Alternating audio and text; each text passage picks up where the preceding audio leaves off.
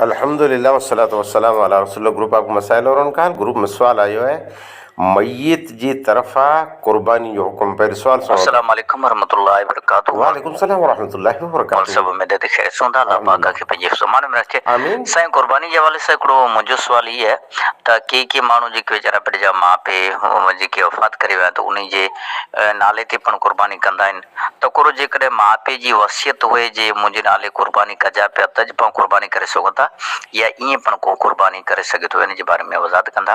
अल्लाह खे जज़ाए ख़ैर अता फ़रमाए। शुक्रिया, बेहतरीन सवाल है। वीचारा हिकिड़ा अज़ीज़ जॾहिं दुनिया में वफ़ात करे वञनि था पोइ इन जा वारिस कोशिशि कनि था त इन के सवाबु पुॼाइनि, ईसाले सवाबु जंहिंखे चवाइजे थो। हाणे रहियो मुंदो कुर्बानी जो। पहिरीं त इहे जॾहिं इंसानु वफ़ात करे वञे थो पोइ इन मथे नमाज़ रोज़ो कीअं फ़र्ज़ु न आहे। रोज़ा जे बाक़ी रहिया मयत जा त इन जा वारिस रखें। अच्छा, हज जे इन जो बाक़ी हो त हज जे बदल वारिस कराइए इन जी रक़म मां। इन मथे न हो फ़र्ज़ु, पोइ इन जा पुत्र साहूकार थिया तैर पे जाद पियो इन पुत्र पिंड पिंड जो हज कई, पोइ पेज मथे हज फ़र्ज़ु न हो। अच्छा, कुर्बानी जो मुद्दो ई है त कुर्बानी जीअरे मथे फ़र्ज़ु न आहे। जीअरे ते एतिरो लागू थींदो जे पिंड जा पिंड जा जेको अज़ीज़ वफ़ात करे विया आहिनि अने आम जनरल मुस्लमान इन मिणीला दुआ घुराइनि, पर जॾहिं जीअरे ते फ़र्ज़ु न आहे त मयत जी तरफ़ां कीअं कुर्बानी थिए।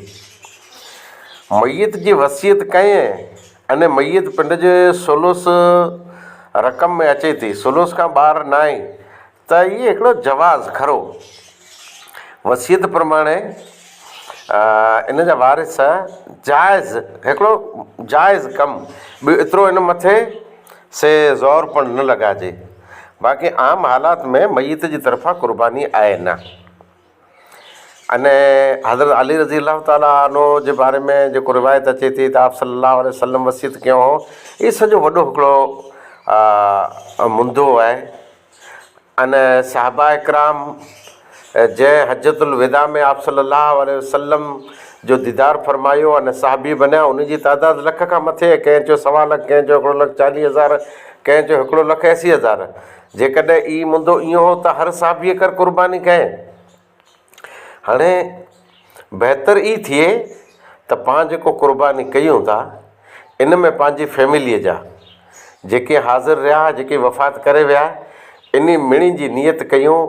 इन में ज़िंदा अने फैमिली जा वफ़ात करे विया आहिनि, इन मिणी जी तरफ़ां ई हिकिड़ो रस्तो थी सघे थो। बाक़ी पेशल जे ही बाबा जी तरफ़ां पठ, ही बाबा जी तरफ़ां, बाबा जी तरफ़ां, बाबा जी तरफ़, बाबा खे दुआ कयो, अम्मा खे दुआ कयो, अल्लाह उनखे जन्नत नसीब करे। वाख़िर दवाना अल्हम्दुलिल्लाहि रब्बिल आलमीन।